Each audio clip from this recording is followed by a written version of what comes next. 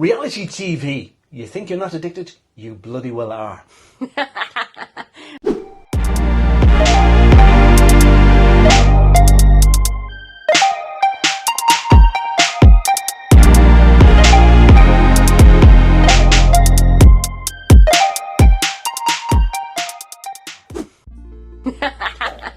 I love that. Do you really think we are addicted We are to it? addicted. I thought, you know what, when this topic came up for discussion, I thought, I am not in the slightest bit interested in reality TV. I do not watch reality TV, but you know what, I was wrong, and I'll tell you at the end of the video where I was wrong.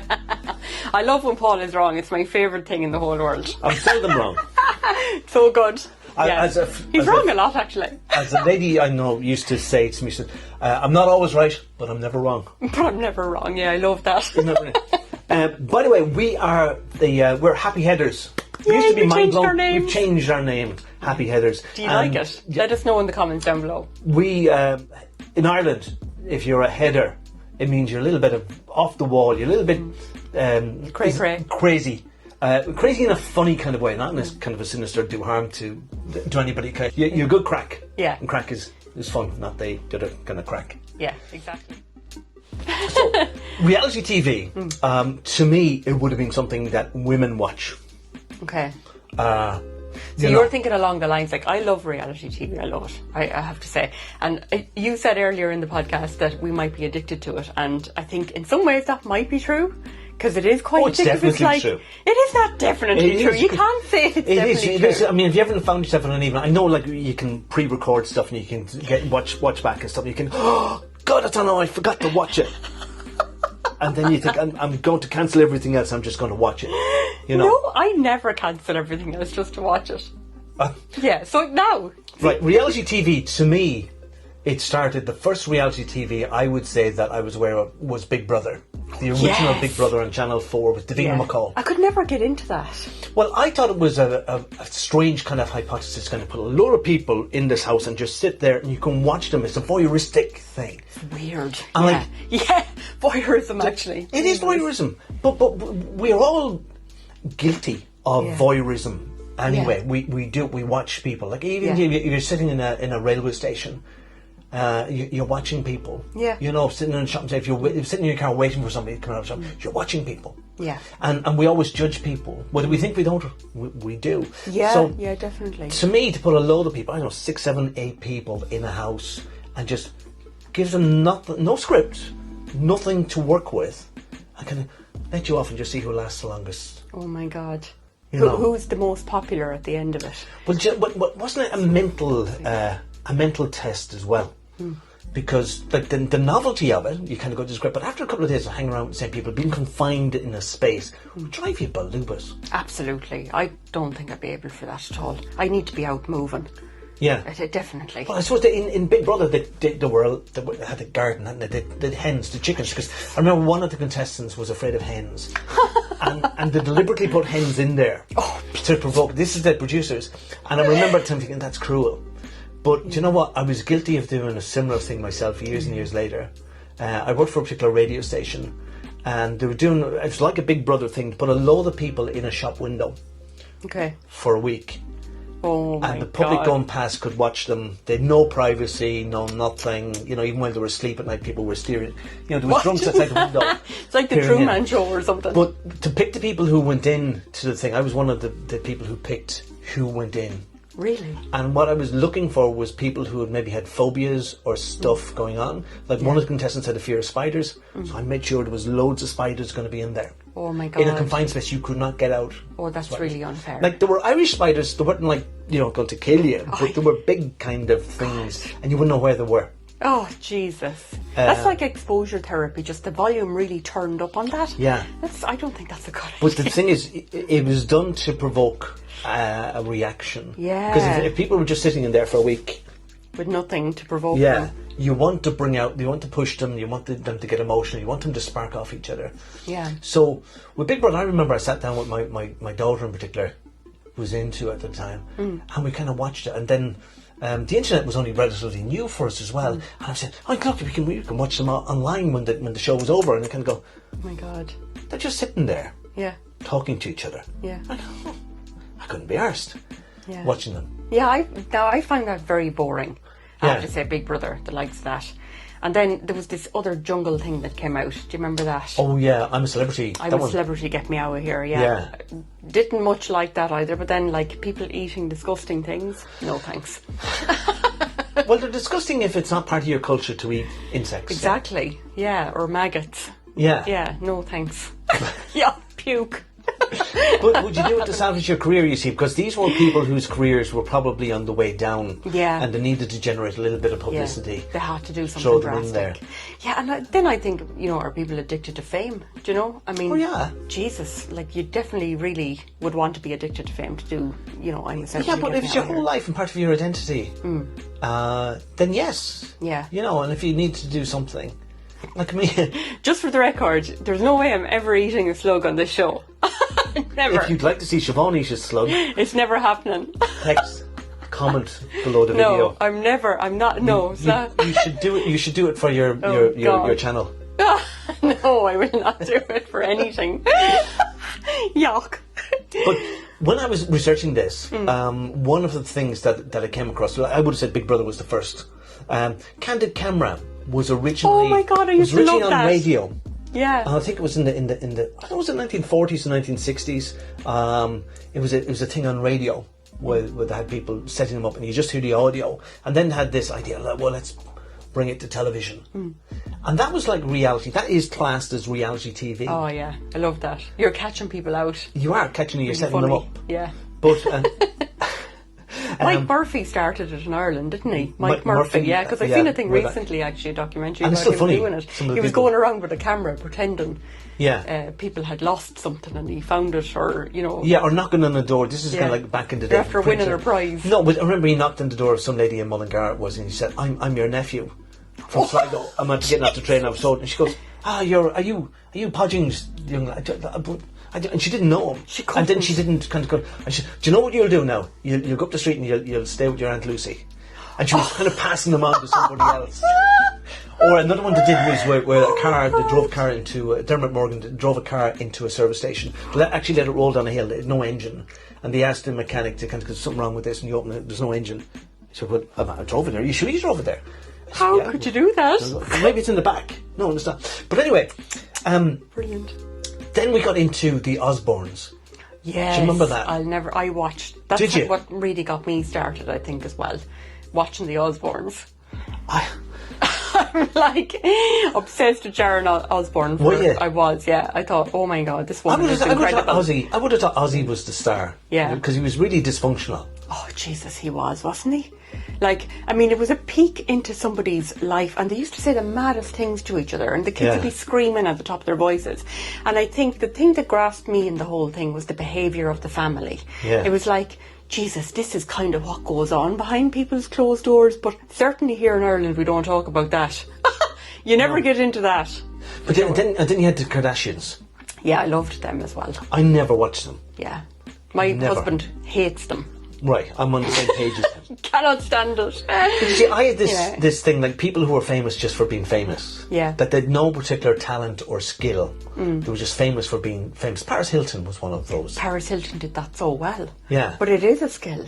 It's like she released that sex tape. I mean, if you take the two people, for example, Pamela Anderson, who was a huge sex icon in the time, back in the 80s, 90s, she was massive. And they got a hold of one of her sex tapes and it ruined her life, it ruined her career. But then, 10, 15 years later, Paris Hilton does exactly the same thing, although, she released it on purpose. Right. And it made her so famous. Okay. Like, I mean, it blew up her career. And then her friend Kim Kardashian did the same thing, allegedly. Right. Released her sex tape. Again, and I'm it not blew going to up do her that for the career. channel, no matter how many people text it. Yes, let's see Paul's sex tape. It'd be very interesting Pretty stuff. dull and boring. I doubt that. Anyways, did Nothing you dull and boring about this guy, lads. did you ever watch Made in Chelsea? No. I didn't either, and that was kind of ranks up there as one of the top ones. Again, it's like looking at posh people. Yeah. Like, if you're not a posh person yourself, would you be interested? Is it like that we kind of like to aspire up to the next level? If you're ordinary working class and you see these people with all the things that you can't Absolutely. afford. You kind of long to be like that. Of course. You're dying for all that kind of lifestyle. That's what you want, you know? Yeah. And I think that even with things like when they open the big houses like Downton Abbey and, you know, they let people in for a fee to see it. Like thousands of people came to see it. Oh. Thousands and thousands of people came to see the place because, you know, they've never seen that life before. Yeah. Like they're living in small little houses, and essentially, you know, I'm living in a small little house now. And I loved Downton Abbey actually when I was watching it. On TV I can imagine as well. myself hoovering there, Downton Abbey. Hoovering it. Imagine the dust and Jesus, Mary and St. Oh, you'd be full time hoovering. You're never done. No, never. Britain's Got Talent. And then we got like Ireland's Got Talent, you got everybody's X got Factor. Yeah, and all of them. They kind of hark back to, you know, there was Opportunity Knocks was one of the shows that was on when I was a kid. Okay. And was people go on there, you have a particular talent or a skill and you showcase that and you hope that people like it and they'll vote for you. Yeah. But in Opportunity Knocks you get invited back the next week and the next week. And it really made some people's careers and these talent shows have made people's careers. Absolutely. And I wouldn't have so much of a problem with that because these people are appearing on them. Well, some of them have got talent. Some of them are terrible. If you kind of watch the people. I think that's so mean though. They do that to people. Well, they don't tell that are somebody not actually good. you can't sing. Yeah, and they bring them on, you know, live television, like, and in front of an audience that boos them off. I just think that is really horrible, actually. Yeah. I don't like it when they do that, and I don't find it funny. I know people that find that hilarious, but for me, I'm just too empathic. Do you watch what was it, Great British Bake Off? My kids watch this actually. Yeah. They love it. I haven't seen much of it. I've seen a couple of episodes, alright, but not But much. again, it's just bringing on celebrities and people to bake things and make things. And you'd really wonder with some of them, you know, are they naturally, again, are they doing this to revive their careers or do they actually have an interest in cooking and baking? Most of them seem to want to do something, you know, in it, or they like doing some particular One show thing. I'd never go on. I haven't a clue about baking. Really? Oh, No. that'd be even more funny than frying egg. great crack. Tin of beans. Happy out. Chicken. Weetabix. Weetabix. I love it. If we could get chicken Weetabix, that'd be great. Oh God. Again, I haven't watched an episode of this, but you see it on Love Island. Oh God, yeah. And actually, the new version of that is too hot to handle. Oh. It's like where they land all of these fabulous looking young people on an island and they're supposed to be there for a party weekend of sex and, you know, rock and roll and whatever else. And then the next thing, this cone called Lana lands in the middle of the whole thing and says there's no sex, no kissing, no touching inappropriately or of any, you know, form. We just have Mass and a decade of the Rosary. Yes, everything bar that. She says that they have to work on their emotional connections, and I actually enjoy that programme, or I was enjoying it, but now I realise it's a bit more scripted than it first appeared to be. And there are, like I remember chatting to a guy who used to work with an Irish television back in the day, and his problem with these reality TV shows, he said, it's cheap television. Yeah. You don't need to compose a script or a plot or, you know, take it from here to there. You just off you go, talk in front of the camera. A lot of it could be bullshit, could be crap, but it's the voyeuristic thing. It is. It doesn't have to be quality at all. I mean, would they come in and they announce pregnancies and everything for the first time? You know, certainly after watching a good amount of reality TV, I would not say that that's the first anybody's hearing of it. Yeah. You know, I definitely think they've definitely shared those kind of personal moments with their families first, and then everybody acts really surprised and everything. Are you talking about pregnancies on Love Island? I do. No. No. Sorry. I was actually thinking of the Kardashians, where they announce their pregnancies or something. Oh, right. I thought it was Love Island. Yeah. That's quick. It's only in there a week. Jesus, yeah. It happened in the ad break. You're a caught. But this is where I have to make a confession. Okay, come on, let's hear it then. That I am a reality TV addict. Hands up. I am. So bold. Because I've watched Survivor, where they dump a load of people on an island and they work as a team. Yeah. And that was okay. But what I currently watch, and I do like, is a similar thing called Alone. I don't know if you ever watched it. Oh, yeah. It's where they pick an island somewhere, maybe in Canada. it's a place where nobody lives. It's just pine trees, and there's bears, and there's grouse, God, really and whatever. secluded. And they'll drop 7 people on different parts of the island, and basically they have to set up a shelter. They're allowed something like bring a bow, an arrow. They can bring hooks for fishing, and a tarpaulin to make it. And they have to survive. And the person who survives the longest wins maybe $500,000. Wow. And it's very interesting because these people, and I say it's in a disclaimer at the start, don't try this yourself. These people are experienced, they've done survival courses, but some of them have probably never done it with no safety net. In that they might bring food with them or a tent with them. If they don't catch or kill something, they starve. If they don't pick enough berries, they will starve. Jesus. Now they have a satellite phone and they can tap out. They can press phone. I'm out of here, and they'll come and they'll be rescued. And they do have medical people who drop in on them. Okay. But some of these they could go on like for 90 days. Oh my gosh! In this, and what gets a lot of them in the end is that they lose maybe 3-4 stone of body weight. Oh my God. But it's interesting. What I find interesting is the way their minds begin to deteriorate over that time, because they're not getting quality sleep. They're on the go the whole time, foraging for food, trying to plan. Like even the guy the other night I was watching, he caught a fish, a big lake trout, and he goes, "This is enough food for 4 days." And I go, "I'd eat that in one sitting." Yeah. He's thinking he has to survive in this for 4 days. But when you start to lose body fat, one of the fat organs in your body is your brain. So you're losing the capacity to think rationally.